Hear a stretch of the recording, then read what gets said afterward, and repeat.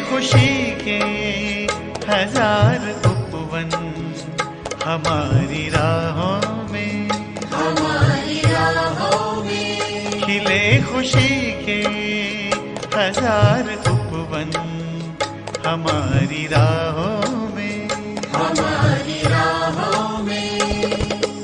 आन बसे प्यारे प्रभु जब से इन निगाहों में, हमारी राहों में। आन बसे प्यारे प्रभु जब से इन निगाहों में, हमारी राहों में। खिले खुशी के हजार उपवन हमारी राहों में, हमारी राहों में।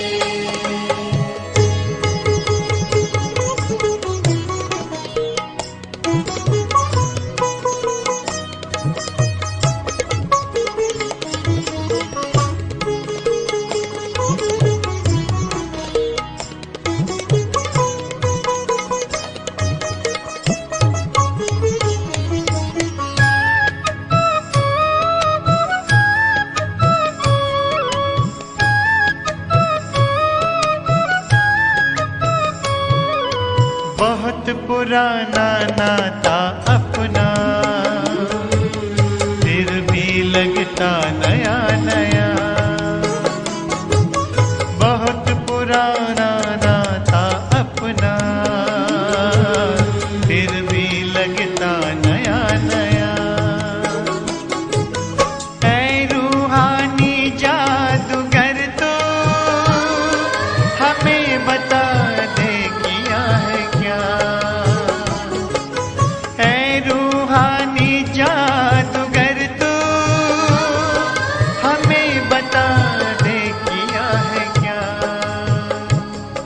हुई मेरी खुशहाल जिंदगी प्रभु पनाहों में, हमारी राहों में। ओ हुई मेरी खुशहाल जिंदगी प्रभु पनाहों में, हमारी राहों में। खिले खुशी के हजार उपवन हमारी राहों में, हमारी राहों में।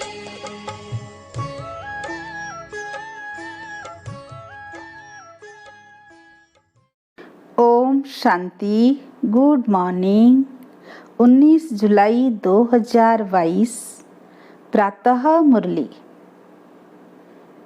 शिव भगवान उवाच, मीठे बच्चे, तुम्हें कर्म संन्यास नहीं लेकिन विकर्मों का संन्यास करना है। कोई भी विकर्म अर्थात पाप कर्म नहीं करने हैं। आज का प्रश्न, तुम बच्चे किस अभ्यास से डेड साइलेंस का अनुभव कर सकते हो? उत्तर, अशरीरी बनने का अभ्यास करो। एक बाप के सिवाय दूसरा कोई भी याद न आए। शरीर से जैसे मरे हुए हैं। इसी अभ्यास से आत्मा डेड साइलेंस की अनुभूति कर सकती है। दूसरा प्रश्न, सर्व दुखों से छूटने की सहज विधि क्या है? उत्तर, ड्रामा को अच्छी रीति बुद्धि में रखो। हर एक पाठधारी को साक्षी होकर देखो तो दुखों से छूट जाएंगे। कभी किसी बात का धक्का नहीं आएगा। गीत ओम नमो शिवाय। ओम शांति।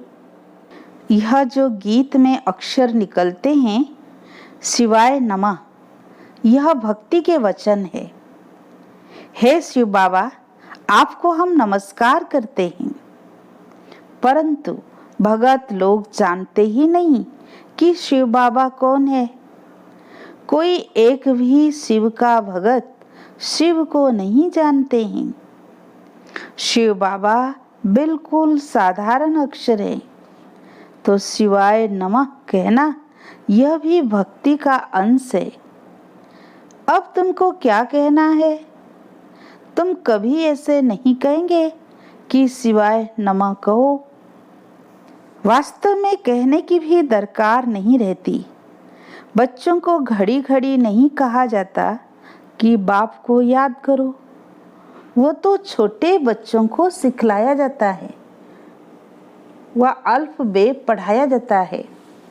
वास्तव में इसमें कहना भी कुछ नहीं है, मनमना भाव भी नहीं कहना होता। यह भी संस्कृत अक्षर है। तुमको तो कभी संस्कृत में समझाया नहीं गया है। बच्चे जानते हैं हमको तो बाप को ही याद करना है। आत्मा स्वयं जानती है, बाप ने परिचय दिया है। बच्चे अब मुझे याद करो तो तुम्हारे विकार विनाश हो जाएंगे। तो याद करना बच्चों का फर्ज हुआ। यहाँ आकर जब बैठते हो तो बाप की याद में अशरीरी होकर बैठना है। ज्ञान भी बुद्धि में बैठता है। हम आत्मा बाप को याद करते हैं। यह शरीर तो अर्गान से, इनकी क्या वैल्यू है? बाजा कितना भी फर्स्ट क्लास हो, अगर मनुष्य बजाता ठीक नहीं हो तो बाजा किस काम का? ऐसे ही मुख्य आत्मा है। आत्मा जानती है हमें यह अर्गान्स मिले हैं कर्म करने के लिए। हम कर्म योगी हैं, कर्म सन्यासी हो नहीं सकते। वह तो कायदे के विरुद्ध हैं। विकर्मों का सन्यास किया जाता है कि हमसे कोई विकर्म ना हो, पाप नहीं हो। सबसे बड़ा विकार है काम का। सन्यास धर्म वाले जास्ती विकार को पाप अथवा दुश्मन मानते हैं। इसलिए ड्रामानुसार उनका धर्म ही है जंगल में चले जाना, घरवार का सन्यास करना। यह भी सब ड्रामा में नोंद है। उन्हों को यह करना ही पड़े। वो धर्म ही अलग है। उनको कोई भारत का आदि सनातन धर्म नहीं कहेंगे। आदि सनातन है ही देवी देवता धर्म, बाकी तो बेशुमार धर्म है। सन्यासियों का भी एक धर्म है जो मनुष्य ही स्थापन करते हैं, भगवान नहीं स्थापन करते हैं। बाबा ने समझाया है कि कोई भी धर्म एक दो के पिछाड़ी मनुष्य स्थापन करते हैं। तुम ऐसा नहीं कहेंगे कि परम पिता परमात्मा ने कोई क्रिश्चियन धर्म स्थापन किया, वह सन्यासियों के निवृत्ति मार्ग का धर्म स्थापन किया। नहीं, गाया हुआ है परम पिता परमात्मा ब्राह्मण देवता क्षत्रिय धर्म स्थापन करते हैं, और कोई भी धर्म भगवान नहीं स्थापन करते। ड्रामानुसार हर एक अपना अपना धर्म स्थापन करते हैं। ऐसा भी नहीं कि परमात्मा किसको कहते कि फलाने जाओ जाकर धर्म स्थापन करो। यह सब बना बनाया ड्रामा है। हर एक को अपने समय पर आकर अपना धर्म स्थापन करना है, क्योंकि पवित्र आत्मा है। पवित्र आत्मा बिगर कोई कब धर्म स्थापन कर नहीं सकते। कायदा नहीं, आत्मा आकर धर्म स्थापन करती है और पवित्र रहती है, और सब धर्म मनुष्य स्थापन करते हैं। यह एक देवी देवता धर्म बाप स्थापन करते हैं, क्योंकि उनको कहा जाता है, हे पतित पावन आकर नई दुनिया बनाओ। बुद्धि कहती है भारत पावन था, अब पतित है, इसीलिए पुकारते हैं। पावन दुनिया में तो कोई पुकारेंगे नहीं, मनुष्य तो जानते ही नहीं कि पावन दुनिया कब होती है। पुकारते ही रहते हैं, अंत तक पुकारते रहेंगे, याद करते रहेंगे। वह इन बातों को समझेंगे नहीं जितना तुम समझते हो। तुम्हारी यह पढ़ाई है, यह पाठशाला है परम पिता परमात्मा की। यह भी प्रश्न बोर्ड पर बनवा कर लिखो, गीता का भगवान कौन। एक तरफ लिखो बाप की महिमा, वह मनुष्य सृष्टि का बीज रूप सत्य है, चैतन्य है, ज्ञान का सागर है। तुम कृष्ण को पवित्रता का सागर नहीं कह सकते हो, क्योंकि वह जन्म मरण में आते हैं। श्री कृष्ण की भी महिमा लिखनी है, सर्वगुण संपन्न, 16 कला संपूर्ण, संपूर्ण निर्विकारी, अहिंसा परम धर्म, मर्यादा पुरुषोत्तम। इन बातों को मनुष्य तो एकदम भूले हुए हैं। रावण ने सब कुछ भुला दिया है। गीता का भगवान ही सृष्टि का रचयिता है, उनको भूल गए हैं। पहले नंबर की एकज भूल यह है, गीता का भगवान सिद्ध हो जाए तो सर्वव्यापी की बात भी निकल जाए। भगवान कभी ऐसे कह नहीं सकते कि मैं सर्वव्यापी हूँ। बाप कहते हैं कि मैं पतित पावन हूँ, मैं सर्वव्यापी कैसे हो सकता। एक एक से कितनी मेहनत करनी पड़ती है। बच्चों को समझाया गया है कि जब यहाँ बैठते हो तो सिवाय एक बाप के और कोई को याद नहीं करो। परंतु जिनकी प्रैक्टिस नहीं है, सारा दिन सर्विस में रहते हैं, वह निरंतर शिव बाबा को याद करे, यह बड़ा मुश्किल है। याद न करने से वह डेड साइलेंस हो नहीं सकते। तुम अशरीरी बन जाते हो, गोया शरीर से मर जाते हो। मरता शरीर है, आत्मा थोड़ी ही मरती है। आत्मा कहती है मैं शरीर छोड़ता हूँ, मैं मरता हूँ। यह अक्षर कहना रॉन्ग है। आत्मा ने शरीर छोड़ा, यह राइट अक्षर है। यह समझ की बात है। आत्मा एक शरीर छोड़ दूसरा ले पाठ बजाती है। पाठधारी तो सब है ना, आत्मा पाठ बजाती रहती है। अभी तुम बच्चों को यह ज्ञान मिलता है। ड्रामा प्लान अनुसार उनको दूसरा शरीर ले फिर पाठ बजाना है। इसमें दुख हम क्यों करें? इस ड्रामा में हम एक्टर हैं, यह बात भूल जाती है। ड्रामा को जान जाए तो दुख कभी हो नहीं सकता। तुम ड्रामा के आदि मध्य अंत को जानकर कहते हो फलानी आत्मा ने शरीर छोड़ा, जाकर दूसरा शरीर लिया। हर एक अपना पाठ बजा रहे हैं। भल तुमको ज्ञान मिला है तो भी जब तक परिपक्व अवस्था हो तब तक कुछ धक्का आ जाता है। रावण राज्य में जड़जड़ी भूत हुए हैं ना, तो झट धक्का आ जाता है। सतयुग में कभी धक्का नहीं आता, वहां तो बैठे बैठे शरीर छोड़ देते हैं। अब नया शरीर जाकर लेना है। सर्प का मिसाल, यहाँ तो ढेर रोने लग पड़ते हैं, कहाँ कहाँ से आकर सयापा करते हैं। सतयुग में यह बातें नहीं होती है। तुम संगम युग पर ही राम राज्य रावण राज्य की रस्म रिवाज को जानते हो। राम राज्य में तुम रावण राज्य को नहीं जानते हो, रावण राज्य में तुम राम राज्य को नहीं जानते हो। संगम पर तुम दोनों को जानते हो। बाबा आकर सारे ड्रामा के आदि मध्य अंत का राज समझाते हैं। फीलिंग आनी चाहिए कि बरोबर यह बात ठीक है। जब तक तुम ब्राह्मण नहीं थे तब तक कुछ नहीं जानते थे। ज्ञान बिगर मनुष्य तो जैसे जंगली है। गवर्नमेंट भी कहती है मनुष्य को पढ़ाई जरूर चाहिए।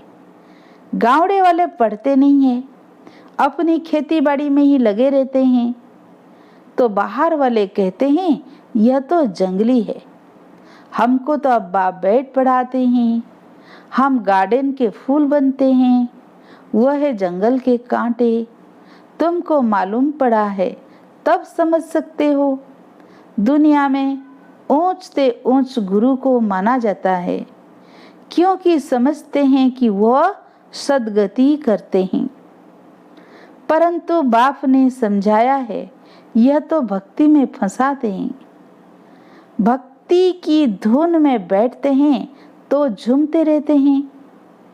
तुमको झूमने आदि की दरकार नहीं। यहाँ तो बाप से वर्षा लेना है।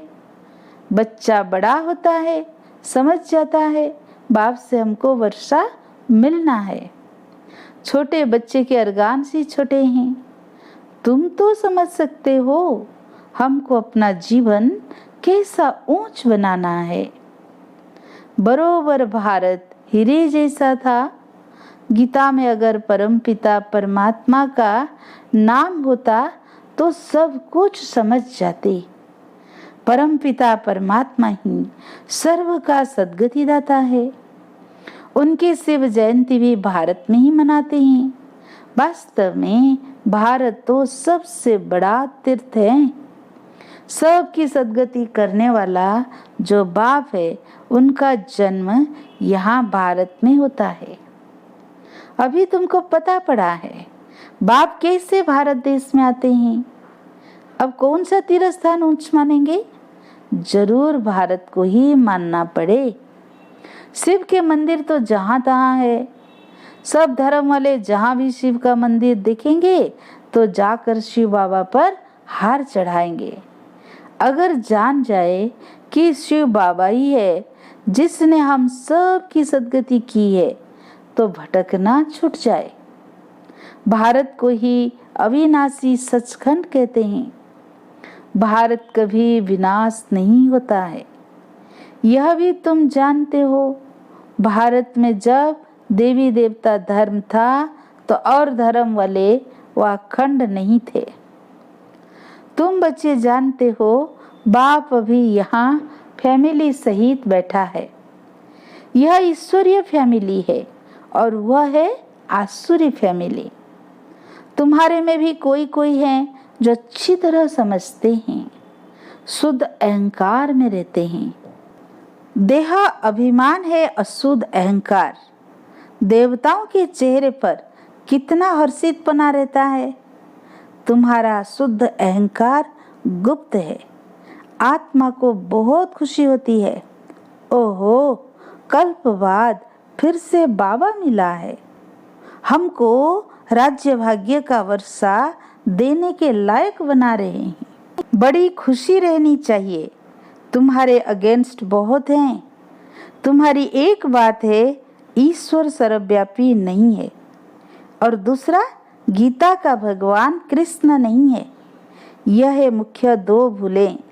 इसलिए बाबा कहते हैं कि पहले पहले पूछो परमपिता परमात्मा से आपका क्या संबंध है, और यह भी पूछो कि गीता का भगवान कौन है। जज करो इस पहेली को। इसको हल करने से सेकंड में जीवन मुक्ति पा सकते हो। जनक मिसल सेकंड में जीवन मुक्ति, यह तो भारत में मशहूर है। उसने कहा कौन है जो हमको सेकंड में ब्रह्म ज्ञान दे? यह ब्रह्मा ज्ञान है ना, जो ब्राह्मण ब्राह्मणियां देते हैं। उनको ज्ञान देने वाला ज्ञान सागर शिव है। इन बातों को तो वो समझते नहीं। ब्रह्म ज्ञान कह देते हैं, ब्रह्मा भोजन को ब्रह्म भोज कह देते हैं। ब्रह्म तत्व है, ब्रह्मा तो है बाप, उनका बाप है शिव। यह बातें मनुष्य बिल्कुल नहीं जानते हैं। पहले तुमको यह बातें थोड़े ही समझाई थी। पहले तो तुम बच्चे सगीर थे, अब बालिग हुए हो। बाप कहते हैं आज तुम्हें गुह्य बातें समझाते हैं। बात बिल्कुल सहज है, मन मना भव। जैसे बीज और झाड़ का विस्तार कितना लंबा चौड़ा है। समझाते रहते हैं। अभी हम त्रिकालदर्शी बन गए हैं, रचयिता और रचना के आदि मध्य अंत को जान गए हैं। इस समय तुम्हारे सिवाय और कोई सृष्टि के आदि मध्य अंत को नहीं जानते हैं। हम भी नहीं जानते थे, अभी तुम समझते हो। सबसे जास्ती भक्ति शुरू हुई है, हमारी उतरती कला होती गई है। चढ़ती कला होती है तो सर्व का भला होता है, उतरती कला में किसका भला होता है क्या? ये सब समझने की बातें हैं। यह भी ड्रामा में नोंद है। यह बड़ी अच्छी टॉपिक है। गीता का भगवान कौन? इस पहेली को हल करने से तुम बाप का वर्षा पाकर विश्व का मालिक बन सकते हो। मनुष्य विश्व का मालिक निराकार को समझते हैं, परंतु विश्व तो सृष्टि को कहा जाता है। बाप विश्व का मालिक नहीं बनता। बाप कहते हैं मैं निष्काम सेवाधारी हूँ, तुम मोस्ट बिलोवेड चिल्ड्रेन हो, मैं तुम्हारा ओबीडियंट सर्वेंट हूँ। तुम पुकारते हो हे पतित पावन, आकर पावन बनाओ। हाजिर सरकार, आया हूँ। बाप बच्चों का सर्वेंट ही है। फिर कोई कपूत भी निकल पड़ते हैं। बाप तो निराकारी निरअहंकारी गाया हुआ है। ऊंचे थे ऊंच भगवान और फिर उनका यह रथ। कई बच्चे कहते हैं हम शिव बाबा के रथ के लिए कपड़ा भेज देते हैं। रथ की तो हम खातिरी कर सकते हैं ना। शिव बाबा तो खाते नहीं हैं, किसकी खातिरी करें? इनकी ड्रेस तो वही चली आ रही है। कोई अहंकार नहीं, कोई चेंज नहीं। इनको देखकर समझते हैं ये तो जोहरी था, ये कैसे प्रजापिता हो सकता? अरे इसमें मूंझने की क्या बात है? आकर समझो, हम ब्रह्मा मुख द्वारा मुख वंशावली बने हैं। हमारा हक लगता है विश्व का मालिक बनने का।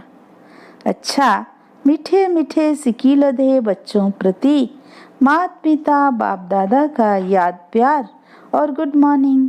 रूहानी बाप की रूहानी बच्चों को नमस्ते। हम रूहानी बच्चों की रूहानी बाप दादा को याद प्यार, गुड मॉर्निंग, नमस्ते नमस्ते। शुक्रिया बाप दादा को दिल से शुक्रिया शुक्रिया। धारणा के लिए मुख्य सार। फर्स्ट पॉइंट, अशुद्धता को छोड़ शुद्ध अहंकार में रहना है। यह चेहरा देवताओं जैसा सदा हर्षित रखने के लिए अपार खुशी में रहना है। सेकेंड पॉइंट, बाप दादा समान निरहंकारी बनना है। सेवाधारी बनकर सबूत देना है, कभी कपूत नहीं बनना है। आज का वरदान, एक बाप दूसरा न कोई, इस स्थिति द्वारा सदा एक रस और लवलीन रहने वाले सहज योगी भव। एक बाप दूसरा न कोई, जो बच्चे ऐसी स्थिति में सदा रहते हैं उनकी बुद्धि सार स्वरूप में सहज स्थित हो जाती है। जहाँ एक बाप है वहाँ स्थिति एक रस और लवलीन है। अगर एक के बजाय कोई दूसरा तीसरा आया तो खिटखिट होगी। इसीलिए अनेक विस्तारों को छोड़ सार स्वरूप का अनुभव करो। एक की याद में एक रस रहो तो सहज योगी बन जाएंगे। आज का स्लोगन, दिल में सदा यही अनहद गीत बजता रहे कि मैं बाप की, बाप मेरा। अच्छा, ओम शांति।